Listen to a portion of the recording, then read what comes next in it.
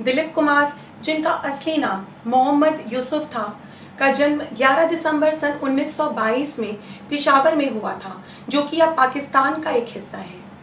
दिलीप साहब 12 भाई बहन थे और उनका बचपन काफ़ी तंगहाली में गुजरा था। वो कुछ 16 साल या 17 साल के रहे होंगे जब उनका परिवार पेशावर से बॉम्बे आ गया था, लेकिन यहाँ आने के बाद भी उनके आर्थिक स्थिति में कोई विशेष सुधार नहीं आया और कुछ ही समय बाद दिलीप कुमार काम की तलाश में पुणे चले गए। वहाँ उन्हें ब्रिटिश आर्मी कैंटीन में 36 रुपये महीने की एक नौकरी मिली और कुछ ही समय बाद उन्होंने अपना खुद का एक सैंडविच कैंटीन भी खोल लिया था, जो कि देखते ही देखते वहाँ ब्रिटिश ऑफिसर्स के बीच काफ़ी लोकप्रिय भी हो गया था। लेकिन उनकी एक खुशी बहुत कम दिनों तक ही टिकी। वह कुछ यूं कि दिलीप कुमार साहब ने एक कार्यक्रम में भारत जिंदाबाद के नारे लगाए, जिसके कारण उन्हें जेल भेज दिया गया और उनकी कैंटीन भी बंद कर दी गई। थक हार के दिलीप कुमार वापस बॉम्बे अपने परिवार के पास आ गए और किसी तरह अपना जीवन यापन करने लगे, लेकिन किस्मत को तो कुछ और ही मंजूर था। एक दिन नैनीताल में लोकेशन हंटिंग के दौरान अपने समय की मशहूर अभिनेत्री देविका रानी, जो कि बॉम्बे टॉकीज की ओनर भी थी, उनकी नज़र एक बेहद खूबसूरत युवक पर पड़ी, जो कि पठान वेशभूषा में बेहद आकर्षक लग रहा था। वो युवक दिलीप कुमार साहब थे।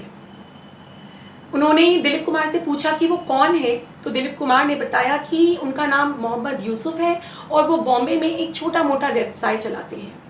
देविका रानी ने उनसे कहा कि बॉम्बे आकर वो उनसे मिले। ये बात सन 1942 की है। दिलीप साहब बॉम्बे जाकर देविका रानी से मिले और एक छोटे से स्क्रीन टेस्ट के बाद देविका रानी ने उन्हें उनकी पहली फिल्म के लिए साइन कर लिया और इस तरह मोहम्मद यूसुफ दिलीप कुमार बन गए। इस फिल्म का नाम था ज्वार भाटा, जो कि 1944 में रिलीज हुई थी। फिल्म तो बहुत नहीं चली, लेकिन इस फिल्म में दिलीप साहब की एक्टिंग लोगों को बेहद पसंद आई। 1947 में रिलीज हुई जुगनू दिलीप साहब की पहली हिट फिल्म बनी और इसके बाद उन्होंने कभी पीछे मुड़कर नहीं देखा।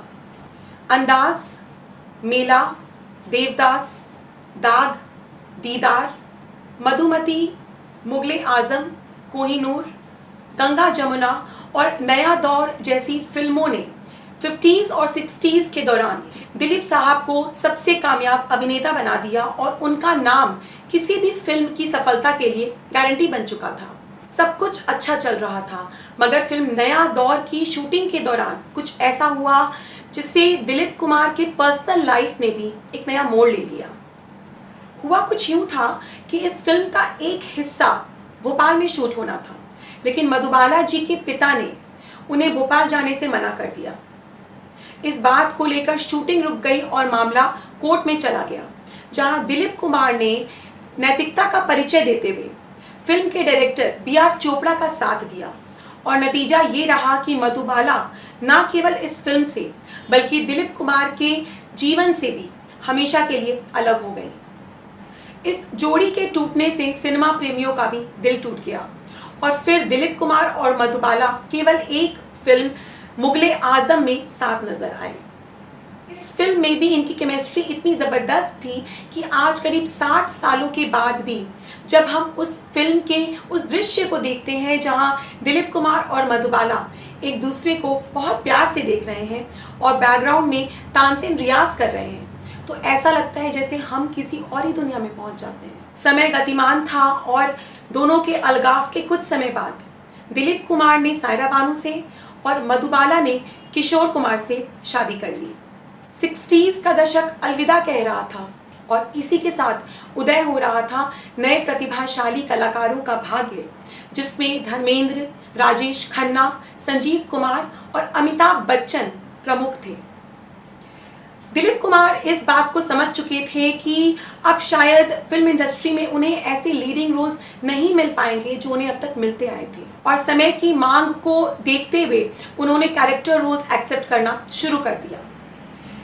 कैरेक्टर रोल्स में भी दिलीप कुमार का स्क्रीन प्रेजेंस इतना ज़बरदस्त हुआ करता था कि सदी के महानायक अमिताभ बच्चन ने यहाँ तक कह दिया था कि अगर इंडियन फिल्म इंडस्ट्री का इतिहास लिखा जाएगा तो उसे 2 हिस्सों में बांटना चाहिए, दिलीप कुमार के पहले दिलीप कुमार के बाद। The history of Indian cinema will be written. It will always have before Dilip Kumar and after Dilip Kumar. 80 के दशक में भी दिलीप कुमार ने कुछ ऐसी यादगार फिल्में दी जिसमें कि मशाल, विधाता, शक्ति और कर्मा जैसी फिल्मों का विशेष स्थान है। एक बात जो उन्हें बाकी अभिनेताओं से अलग करती थी वो था उनका बेहद सिलेक्टिव होना। उन्होंने कभी भी फिल्मों की क्वालिटी के साथ कोई समझौता नहीं किया और अपने इतने लंबे करियर में उन्होंने केवल 60 के आसपास ही फिल्में की हैं। 90s के दशक में हेल्थ इश्यूज के कारण दिलीप कुमार जी ने फिल्मों से लगभग संन्यास ले लिया और सौदागर उनकी आखिरी यादगार फिल्म रही, जबकि 1998 में रिलीज हुई किला उनकी आखिरी रिलीज्ड फिल्म थी। आखिर में इतना ही कहना चाहती हूँ कि अगर सिनेमा के किसी स्टूडेंट को ये जानना हो कि मेथड एक्टिंग क्या होती है तो उसे दिलीप कुमार की गंगा जमुना देख लेना चाहिए, जहाँ एक ऐसा व्यक्ति जिसने शायद भोजपुरी कभी पहले सुनी भी ना थी, उसने भोजपुरी में इस तरह से बात की है जैसे वो वहीं का पला बड़ा हो। इससे बेहतर अदाकारी का नमूना शायद कहीं और देखने को नहीं मिलेगा। दिलीप साहब को पूरे देश की तरफ से विनम्र श्रद्धांजलि।